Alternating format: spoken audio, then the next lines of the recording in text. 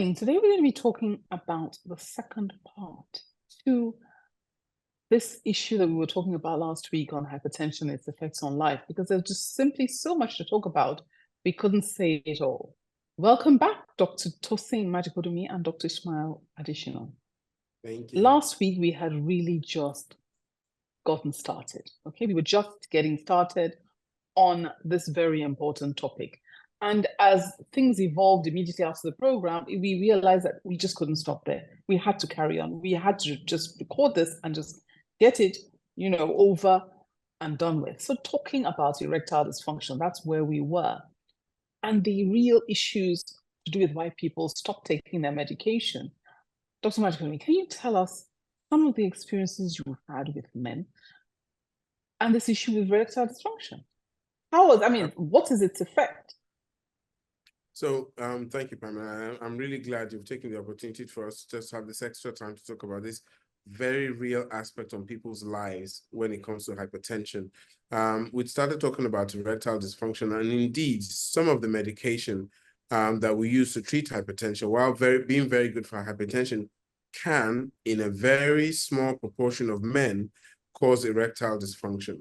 Now, this word, I think the word on the street, it's gone out there, and a lot of people think, oh no, high BP medication causes erectile dysfunction. So it terrifies a lot of men, and they do not want to take medication because they don't want to take the risk of potentially suffering from erectile dysfunction. And as I mentioned before, in my clinic, I deal with this upfront to say, I'm putting you on medication. You might notice that you get erectile dysfunction. If you do, don't panic. Don't get stressed about it. Just come and see me and we'll change you to something else that does not cause it. About maybe 1 or in 20 men may get erectile dysfunction because of a particular medication. The vast majority, during this 19 in 20, don't have any problems at all. And it was really important. Go ahead. Yeah, but the issue, we need to just talk about the real issues. The real issues include the fact that people, the potential, apparently the potential is what they say, that their wives will think they're having affairs, their wives will think, there's just that personal, there's like a crisis issue or a potential crisis in their homes because of it. Dr. Ismail, what are your thoughts about this? Is this normal? Do women really react like that? As a woman, I'm not sure. I don't think I would react like that. So I don't see, how, unless they've really been doing such things, I don't know that they would be worried about such things with their wives if they're ill and they have a problem. Well, thank you very much. Marriage is a contractual arrangement, and there are responsibilities, from the side of the husband, from the side of the wife, that need to be met in marriage. And the truth of the matter is that sometimes it could be one when the responsibilities from one part of the contract, from one part of the partners in the contract can no longer be met. And we know that part of the very important responsibilities is the sexual relationship between husband and wife. And it takes a state of good health on the part of both of them to be able to carry on this responsibility. So when a man is found wanting in this regard, irrespective of the cause, in this case, we are talking about medication, as a side effect of treatment for hypertension. There could be some other causes. So when a man is found wanting in this regard, there is a tendency for a woman to think sometimes that probably the man is having an affair somewhere. And sometimes the first question that will be put on the table will be, who is she? Who are you cheating? Who are you cheating with? And things, stuff like that. So not being able to meet up with these responsibilities affects the mental health of men too.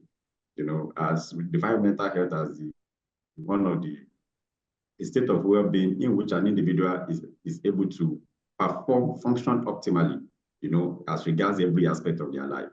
So a man who is not able to satisfy his wife, there are already issues at home, crises here and there, it begins to affect his mental health. A number of them start having depression, some have anxiety, and before you know it, they end up in our own clinic too.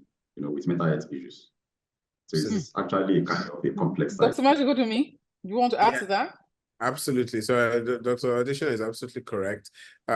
We see this a lot. And even, I mean, he mentioned about the stress that it puts on men when they find themselves in the situation. I mean, he can speak to this in a bit more detail, but one of the things that a lot of men gives them their identity as men is their ability to, conduct their sexual relationship with their partner.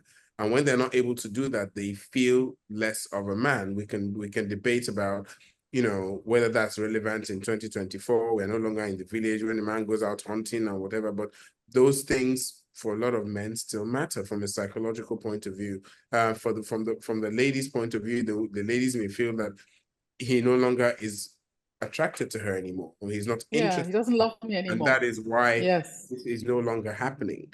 And we all know that emotions are not always rational. So even if you explain that, look, I have a condition and this is what's causing it, the response to that is not always irrational. That, oh, whoa, you have a condition. Oh, then it's okay. Then I think I understand. It doesn't generally work like that. I think the emotional response of the spouse, and we're talking about erectile dysfunction in the context of hypertension today, but it can happen in so many other ways. It can be a woman unfortunately having breast cancer and having to have a mastectomy, and the disfigurement that can cause, and how she sees herself compared to, and how she feels her spouse is going to respond to her, and so many other issues, different surgeries that people may have, and whatever the case may be. All these complex interplays, come into how compliant people are to want to comply with treatment.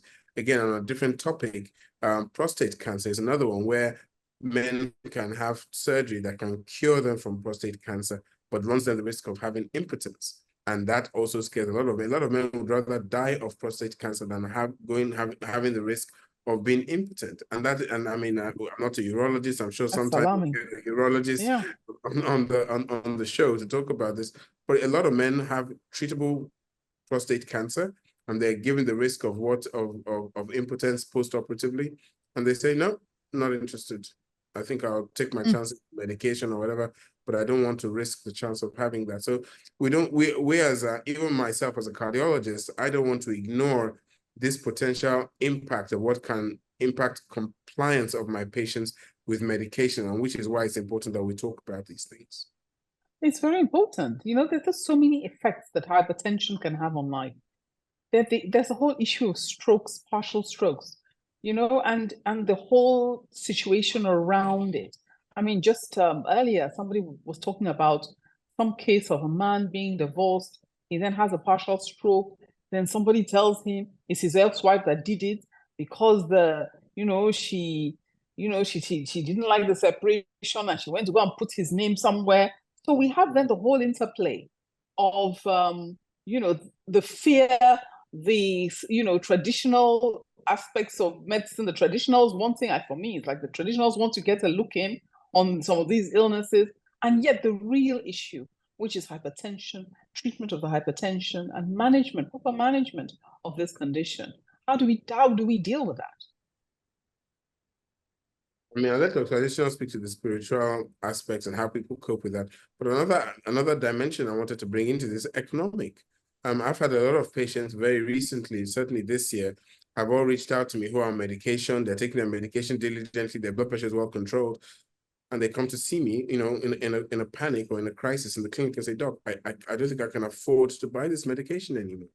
Do you have other cheaper alternatives that I could take? Because I literally can't afford to buy the medication because, of course, the price of everything has skyrocketed. The price of some drugs has absolutely skyrocketed. And this is another aspect that impacts on people's compliance with being able to take their tablets and keep their blood pressure under control. And we can't ignore the economic part of this discussion as well. So, like Dr. Majekodunmi said, the hypertension is usually, the discovery of hypertension is usually accidental most times because people don't routinely go for their blood pressure checks. That's why that led to the concept of hypertension being regarded as a silent killer. So most times, what is seen are the complications.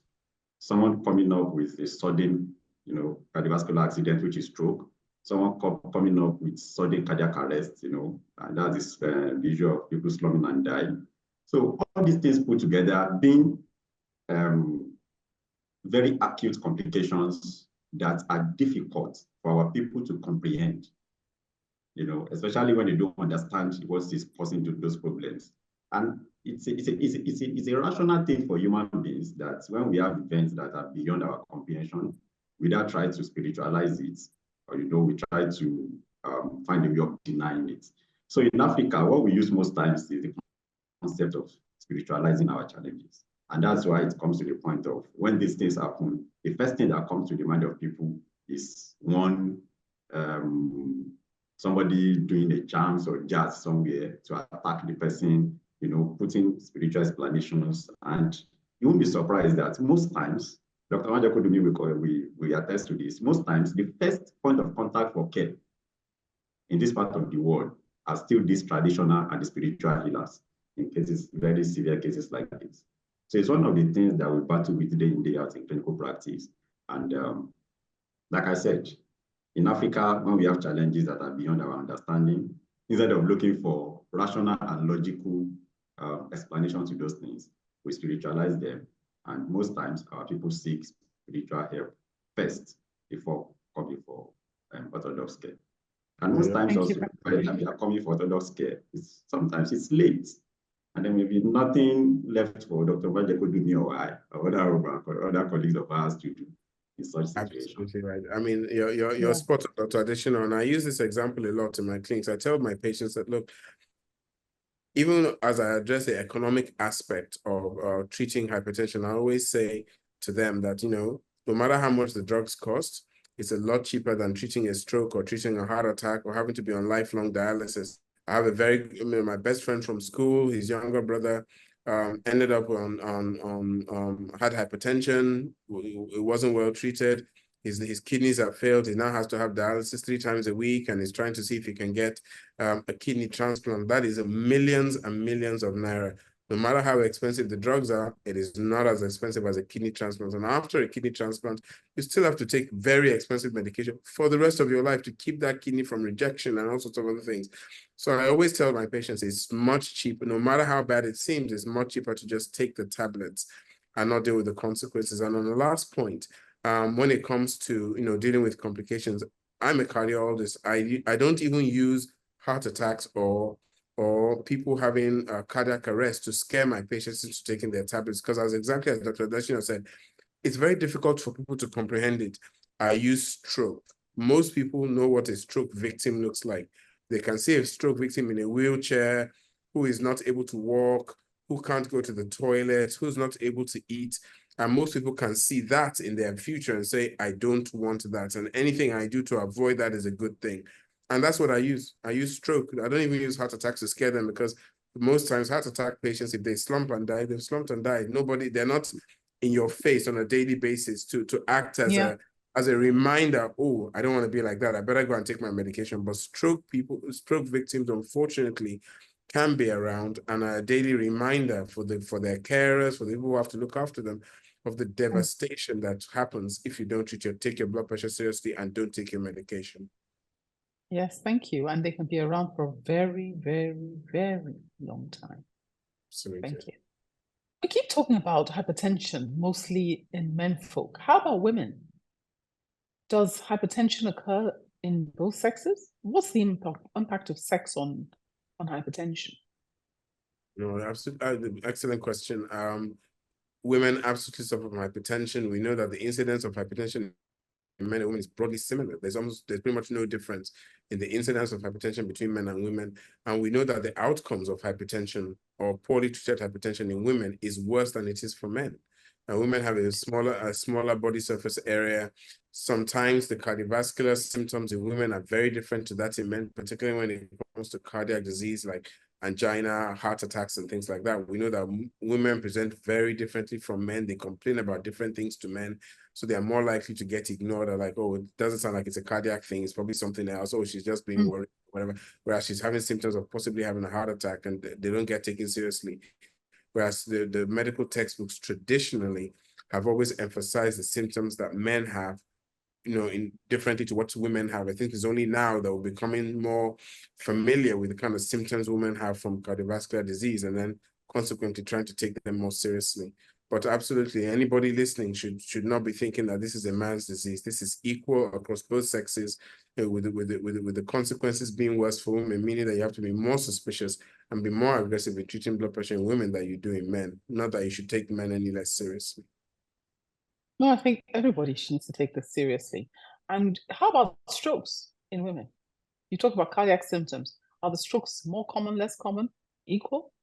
Strokes are more common in women, actually. In the elderly ladies, if you think of your typical stroke victim in Nigeria, it's more likely to be a woman, an elderly woman, than a man.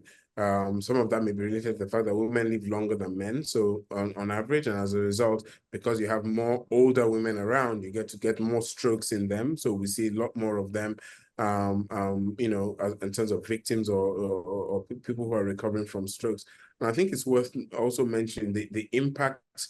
We're talking about the impact on which hypertension and its treatment or lack of can have on patients. We need to talk about the effect it has on families. I know a lot of families who have had a stroke victim in their family, in the family, and once their life is changed, you take someone who was previously active, moving around, doing things, who now becomes completely immobile and fully dependent on carers for all their needs, feeding, personal care, going to the toilet, mobility. The strain that puts on families as well, because you have young families, the husband, the wife usually are working, they've got kids in school, and then they have to get full-time carers for their mother or their father, to help them. Or their spouse. Yeah, and we talked about the economic impact before. There's a cost to that as well, in terms of looking after them, that can't be ignored. And this takes a mental, and for the patient themselves, the mental strain it puts on them when they feel as if they've been a burden to their family members and they can't be active and be their normal selves, can lead to a lot of psychological issues, which Dr. Adesina is much more qualified to talk about than I am. Yes, and I think, one of the things that people, I think, fail to sometimes comprehend is sometimes when the patient is just, immobile, that their mind is fully active. So you can imagine being trapped inside that kind of body that can't move, can't do anything, and your body, if sometimes you can't even speak, so you can't even say what you need to, how you're feeling or talk to anyone, and you're just there. I mean, that must be really, really terrible. Dr. Adesina, you want to tell us some of the consequences? Yes, the mental health consequences of stroke and other complications of hypertension are they are very serious and grave. One should just try to imagine the frustration that comes with having ideas in your mind, having thoughts, and just because of one problem or the other, you are not able to express yourself.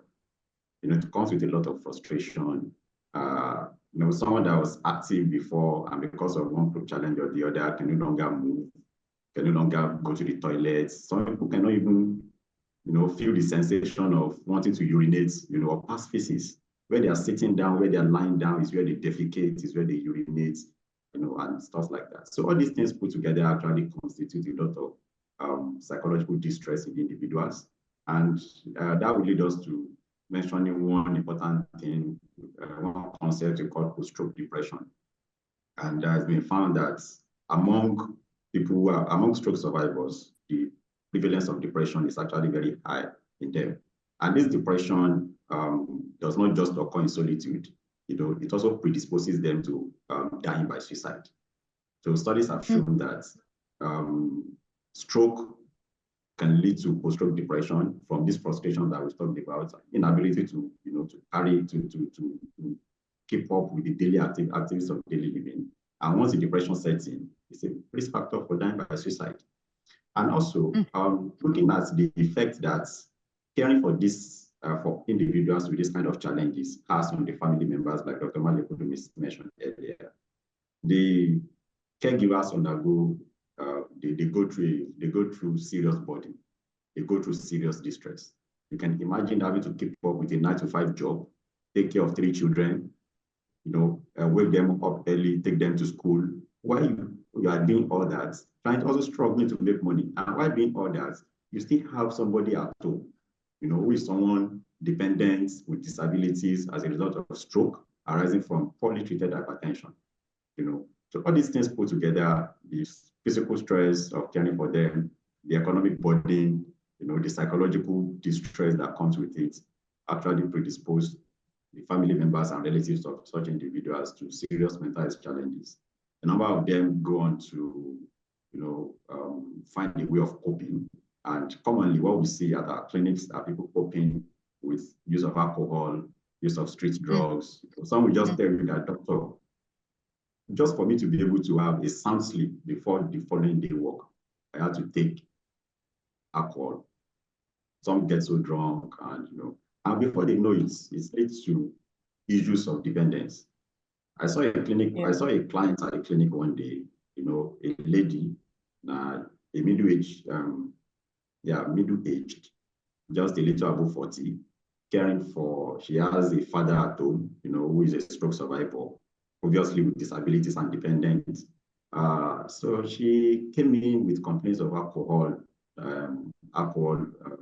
abuse. And after assessing her, we discovered that she had met the criteria for what we call alcohol dependence. In layman's terms, they call it alcohol addiction. So the alcohol use has become a problem in her life to the point that she cannot go for a few hours without having to go alcohol. This has affected her work.